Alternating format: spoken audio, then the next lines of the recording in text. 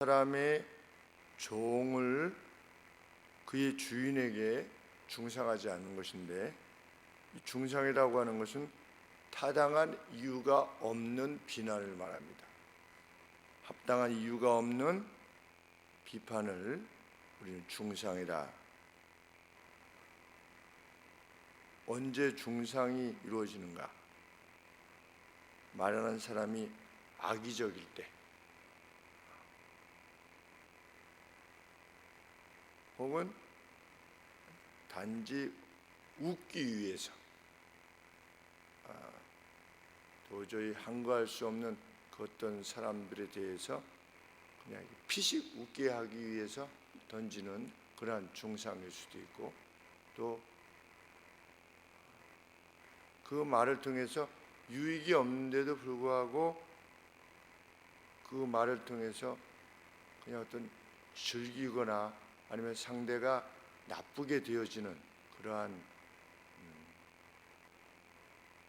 목적으로 중상을 보통 행하게 됩니다. 그런데 남의 종을 중상하는 겁니다. 자기 종도 아니고. 우리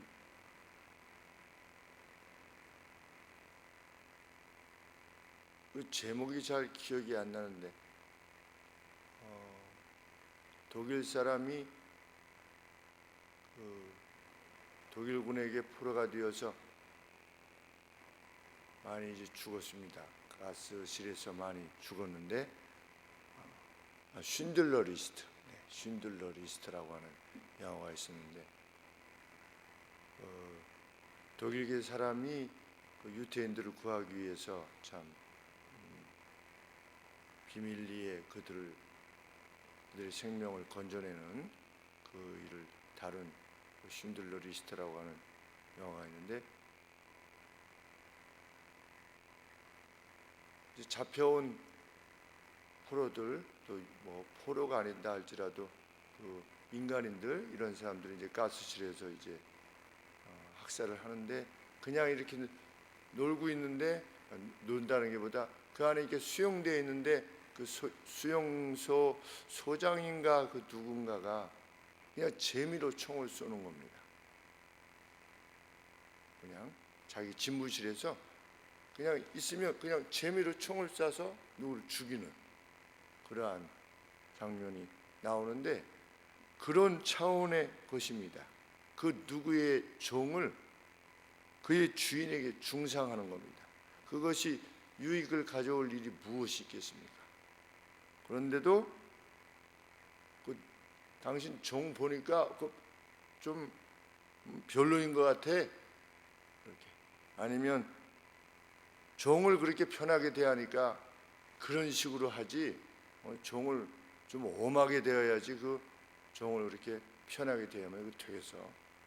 종을 편하게 대면 그거 봐, 이게 올라붙잖아, 이런 식으로.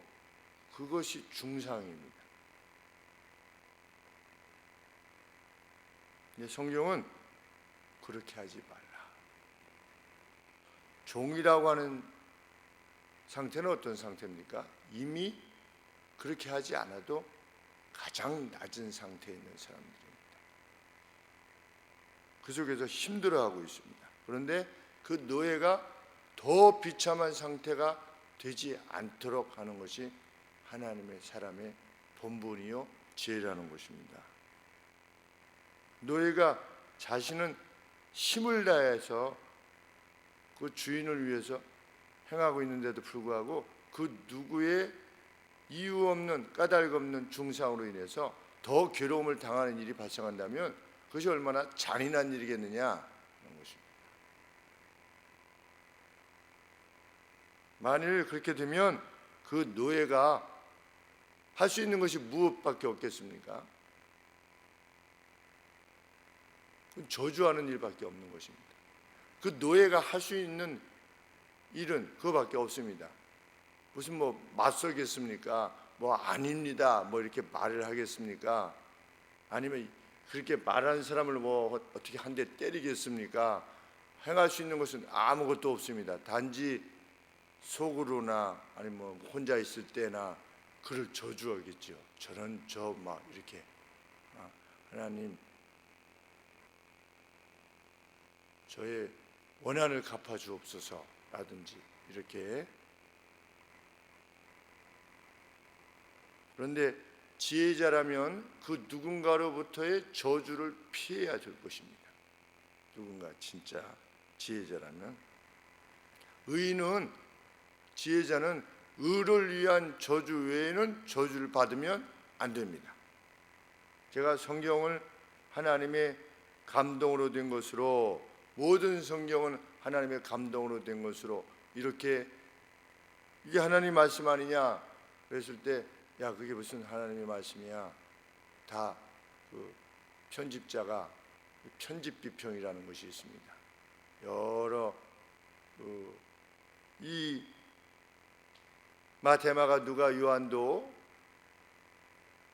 비슷한 내용들이 많이 있지 않습니까? 그러니까 그 자신들이 목격한 것, 또 다른 성도들이 아니면 다른 사도가 목격한 것을 들어서 어떤 기록의 내용을 가지고 있지 않겠습니까?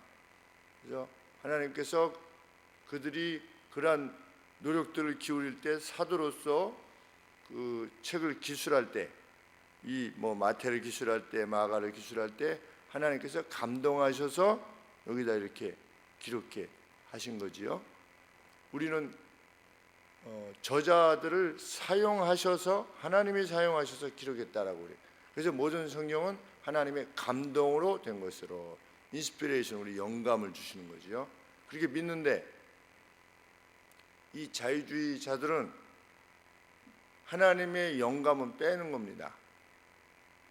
자기가 자기의 경험으로 이걸 강조해서 자기가 쓰는 것입니다.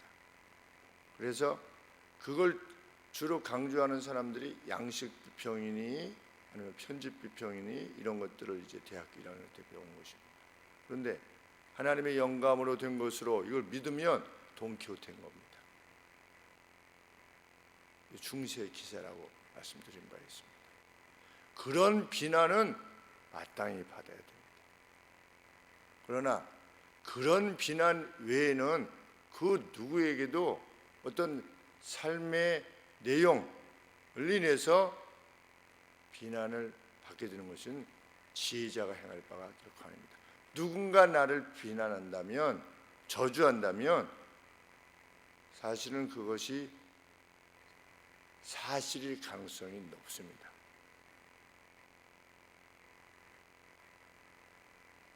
누군가로부터 저주를 받는 일은 내 자신이 그만큼 악하고 잔인하기 때문입니다. 그 예수 믿는다면서 이렇게, 그것은 내 자신이 악하고 잔인하기 때문입니다. 내 자신이 앵돌아진 사람이기 때문이며 비뚤어진 사람이기 때문일 가능성이 큰 것입니다.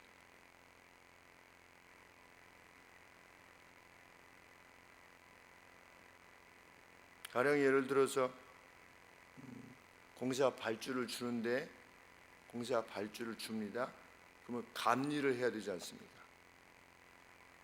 그런데 공사 발주를 주면서 감리도 많이 같이 줘가지고, 감리는 공사 발주액보다 좀 적지요, 훨씬 적은데 공사 발주를 하면서 이 감리까지 누군가 알아서 같이 하라고 하면서 이 감리 비용은 나중에 돌려달라고 하는, 이 공사를 하는 사람에게, 그런 걸 정말 합당하지 않은 거죠.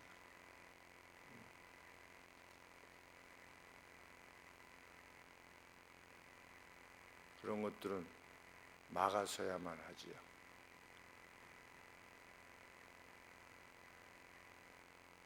그런데 만약에 이 공사 발주를 받은 사람이 이 감리 비용은 나중에 우리한테 뒤로 돌려주시오, 만약에 한다면 그 공사를 맡긴 사람에 대해서 뭐라고 말하겠습니까? 할 수 없이 주긴 주지만 돌려주지만 막 이렇게 하지 않겠습니까? 그리고 가령 예를 들어서 누구한테 무슨 음악 행사를 해가지고 1억을 지출하는데 원래는 한 7, 8천만 원이면 되는데 1억을 제공하면서 나중에 2천만 원은 뒤로 주시오. 이렇게 만약에 관급으로 무엇인가를 할 때 뭐 구청이나 뭐 시청이 만약에 이렇게 한다면 그 2천만 원, 3천만 원을 돌려주면서도 뒤로 어떻게 하겠습니까? 저 앞에서는 막 이렇게 하면 감사합니다 이렇게 하면서도 뒤로는 그렇게 할 것입니다. 우리가 일상의 일에 있어서 누군가로부터 저주를 받거나 비난을 받는다면 그것은 자신이 그렇기 때문일 것입니다. 우리는 기회자는 그러한 비난으로부터 완전히 자유한 자가 되라. 누가 봐도 저 사람은 예수를 믿지만 참 사람 자체는 틀림없는 사람이다.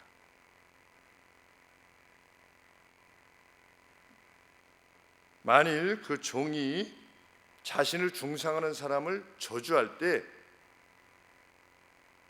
저주하려면 해.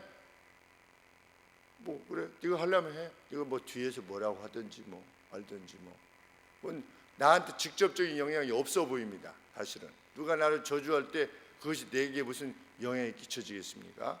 그런데 그 누군가 아주 낮고 천하게 여겨지는 사람, 아무런 힘이 없는 사람이 만일 저주를 한다면 하나님 저 사람을 좀 하나님 신이시여 혼내주소서.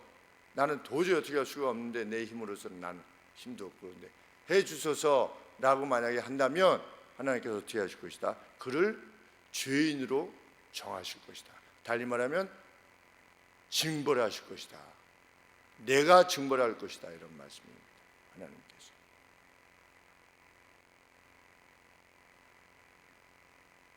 노예의 저주가 무엇을 드러나기 때문에 그 누구의 잔인함을 드러나게 될 것이기 때문에 공연히 낮은 자를 괴롭히고자 하는 태도를 지닌다면 그는 반드시 징벌을 당할 것이다. 한가할 수 없는 사람을 그래서 저도 어릴 때부터 저희 영희, 현이, 윤희에게 아빠의 말이기 때문에 따라야만 되게 하지는 않으려고 애를 썼습니다. 자녀는 아빠기 때문에 그냥 따라야 됩니다. 가자 하면 가야 돼. 자기가 아무리 놀고 싶어도 가자 하면 가야 돼. 먹지 마 그러면 그냥 못 먹는 겁니다. 자기는 먹고 싶은데. 근데 항상 아빠가 올바른 판단만 할 수 있는가? 꼭 그렇지만은 않을 수 있다라고 하는 생각 때문에 이렇게 했는데 여하간에 나의 지시로 인해서 한가할 수 없는 그 어떤 사람을 그런 식으로 대하는 것, 그것은 지혜자의 삶이 아니다. 개밥 줬냐? 아버지 말씀이 생각이 납니다. 왜 사람은 안 물어보고 개는 말을 할 수 없지 않느냐? 이렇게 아버지께서 말씀하셨습니다. 떠나신 뒤에 많이 기억나는 말씀입니다.